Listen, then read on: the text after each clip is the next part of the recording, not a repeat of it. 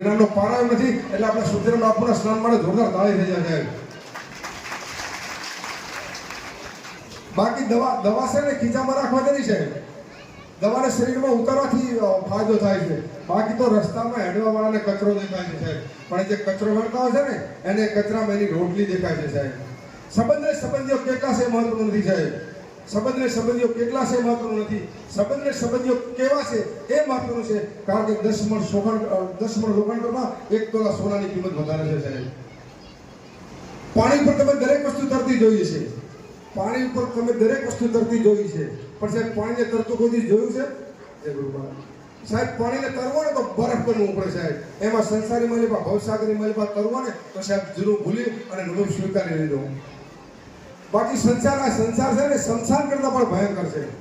આપણો સંસાર છે ને શમશાન કરતા ભયંકર છે. કારણ શમશાન છે એ મરેલાને સળગાવે છે, જ્યારે સંસાર છે ને જીવતાને સળગાવી રહ્યો છે સાહેબ. દિવસે ને દિવસે મોંઘવારી બાપુ વધતી જાય છે. દિવસે ને દિવસે મોંઘવારી વધતી જાય છે. બાકસની કિંમત 1 જ રૂપિયો છે. યાદ રાખજો, સળગાવવા વાળાની કિંમત કોઈ દિવસ વધતી નથી સાહેબ. જીવન એવું ન જીવો લોકો ફરિયાદ કરે. જીવન એવું ન જીવો લોકો ફરિયાદ કરે. જીવન એવું જીવો લોકો ફરિયાદ કરે. બાકી માળાના વખાણ તો બધા કરતા હોય છે, કારણ કે માળામાં એમને મોતી દેખાય છે. માળાના વખાણ તો બધા કરતા છે, કારણ કે માળામાં એમને મોતી દેખાય છે. પણ હું તો માળામાં રહેલા દોરાના વખાણ કરું છું કે દરેક મણકાને જકડી રાખ્યા છે.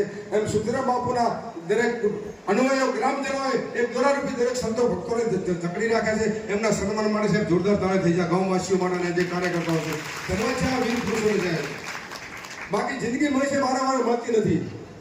જિંદગી મળે છે વારંવાર મળતી નથી. જિંદગી કેવી કોને આપણે બોલીએ જિંદગી કેવી કોને? તો જ્યારે આપણા પંચભૂત્રો જે માતાની ઉદરમાંથી બહાર આવે છે ત્યારે ફક્ત શ્વાસ હોય છે, નામ નથી હોતું.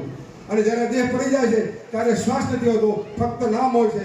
એમ શ્વાસ અને નામ વચ્ચેની સફર યાત્રા છે જિંદગી છે. હવે જિંદગી પાર કરવા માટે આપણે સફર કરવા માટે શું કરવું? ફક્ત ને ફક્ત સદગુરુના ચરણે જવાની જરૂર છે. હવે બીજું કહી દઉં, અહીંયા હું જે કંઈ બોલું છું કે જે કોઈ શબ્દ બોલે મારા તમારા શબ્દો નથી. એ આદિને સંતોના શબ્દ છે નાનદાસ. એનું તમને કે મને અભિમાન ન હોવું જોઈએ, એનું ગૌરવ ન હોવું જોઈએ. તમને કે મને શેદ ગાવાનું કે બોલવાનું અહમ શેદ મનમાં હમાઈ જાય ને તો સાહેબ સંતો શું ભગતને લાયક પણ આપણે ના કહેવી જોઈએ. અને બીજું ગુરુની વાત કરશો. ગુરુ કેવા વાંદરા આપણા જેવા, અને આપણી સેના મૂકી દીધા એટલે વાંદરા બાપુ વાંદરાનો ઝઘડવા મળ્યા. હવે રામને ખબર પડી કે મારા વાંદર મારી સેના લડે નહીં અને આ અંદર ઝઘડે શા માટે? એટલે કે આપણે ઓળખવા કઈ રીતે? એટલે રામે હનુમાનને પૂછ્યું. હનુમાન કે મને ખબર નથી. એવામાં વિભીષણ આવ્યા અને વિભીષણે કીધું કે હે રામ, મારો ભાઈ છે માયાવી, એણે માયાથી બધા વાંદર ઉત્પન્ન કર્યા છે, તો કે અમને ઓળખવા કઈ રીતે? વિભીષણે સરસ જવાબ આપ્યો કે રામ, આપણે એમને ઓળખવા માટે આપણે રામની જે બોલાવો, જેટલા રામના હશે એટલા બોલશે. બોલે પરમ પૂજ્ય સંત શ્રી સુખદેવ બાપાની. વાહ ભાઈ, બધા આપણે સુખદેવ બાપુના જ લઈએ છીએ. વાહ ભાઈ વાહ.